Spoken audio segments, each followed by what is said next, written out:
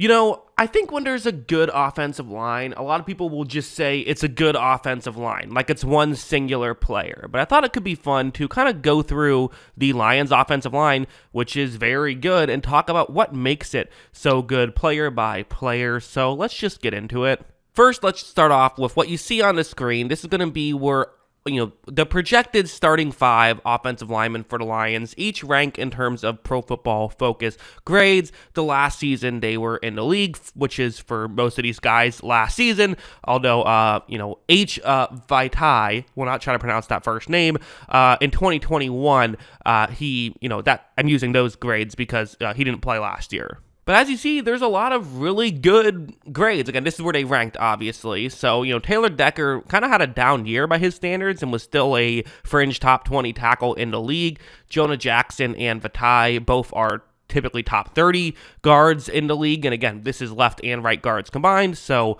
for tackles and guards, it's usually on about, 80 eligible players. Whereas for centers, it's about 40 typically. Ragnow was fifth according to PFF.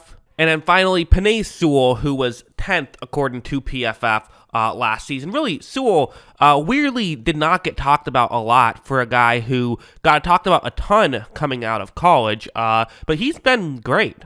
If you look at his specific PFF page, you see that through 2 years, he was good both years, but did take a step forward last season. He was the overall 10th highest graded tackle and 4th in terms of run blocking. His pass blocking, maybe not spectacular, but 74.2, you'll certainly take that, especially if you're playing, right tackle, definitely will take that. So as a whole, he's been very good.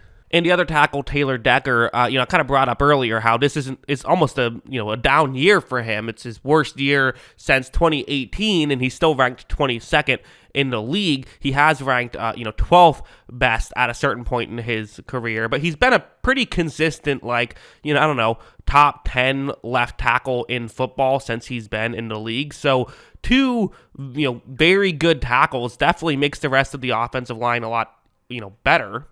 And then the center, Frank Ragnow, is another guy who really helps just complete this offensive line, because sort of the idea is you get the great center and two great tackles. Even if the guards aren't spectacular, they don't necessarily have to be, because there's always someone who can help out who's around them, and that just makes it easier. Again, if you have an awful guard, it's still going to, have issues, but they don't have awful guards. You see Ragnow, though, sticking with him, with the exception of 2021, where he didn't have enough snaps to qualify, in each of the past 3 years he had enough snaps to qualify. He's been top 6 in terms of PFF grades, so he's been a very consistent and debatably the most consistent offensive lineman for Detroit.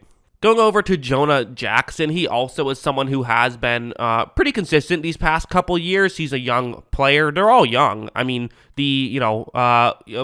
is 30. Everyone else, the next oldest is Taylor Decker at 28. These are young players who are going to be in the league for a minute and going to play together for a while, which should just make it easier for them. Again, maybe some guys believe in free agency and stuff, but as of right now, it looks pretty good. You do see with Jonah Jackson, though, kind of an interesting, split is the run blocking and pass blocking. 11th highest graded run blocking guard last year. The pass blocking definitely could be a little bit better, but he's a really good run blocking guard, which, given how the Lions do love to run the football, that does certainly help. And then finally, Vitae, who has kind of been probably the least consistent player. He's been, in 2018, he was the third lowest graded player according to PFF, but then the following season, he jumped up to 11th highest graded guard according to PFF, and then 51st, and then 29th. So obviously didn't play last year. You don't know exactly what you're going to get from him. So if I have to pick a weakness, he is probably the weak spot, but he's a pretty good weak spot to have in an offensive line, I would say. Going over here, I thought this could be fun, a fun idea of, I'm going to talk about every single offensive lineman on display, with the exception of the right guard, because he's, not a starter currently for the Lions. But first, let's start off with the left tackle on display, Taylor Decker, who he's going to be blocking Philadelphia Eagles defensive lineman one-on-one. And watch how you see him do a really good job of doing that until he eventually falls over someone. It looked like someone ran into his leg and that caused him to fall. But he was able to do his job, make that block, and allow that play to happen. So first he does his job. He makes the play happen. So good work there, Taylor Decker. And then we can move, just continue moving on. Let's go to the left guard, why don't we, which is Jonah Jackson.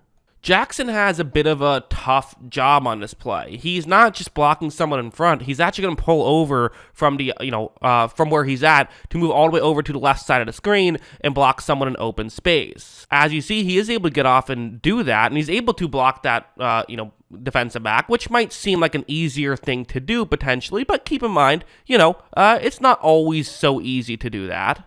Yes, you're bigger and stronger, but the other player is smaller and quicker, so you still have to be able to get yourself in position, but Jackson was able to do that. Now we're going to go over to the center, Frank Ragnow, who is another player who is, again, very good, and watch what he's going to do on this play, where he's going up one-on-one against a nose tackle, which, listen, that's not easy to do as a center. Your hands are already going to kind of be at a bit of a disadvantage. You have to snap the ball, so there's that slight disadvantage that you have, which is why it's sometimes very difficult for centers to block guys one-on-one.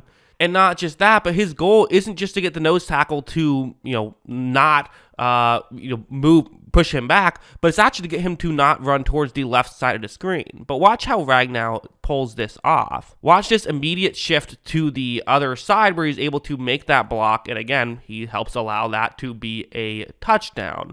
Finally, let's go over to Penei Sewell, all the way towards the right side of the screen right now, where, again, it's very similar to what we just saw Ragnow pull off. It's a very similar thing where he's going to try to block the guy who's right in front of him, but also his job is to make sure he doesn't get towards the left side of the screen.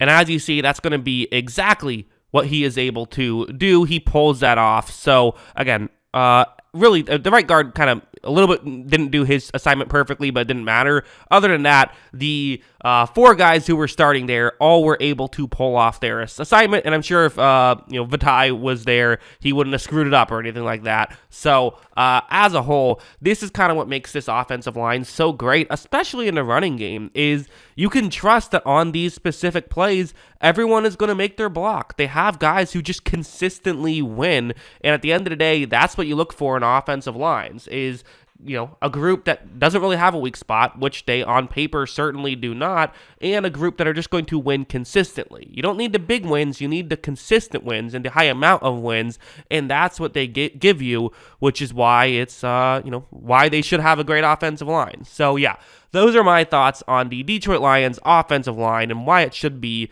very good next season. What do you think? Let me know in the comments below. What are your thoughts on the Lions offensive line?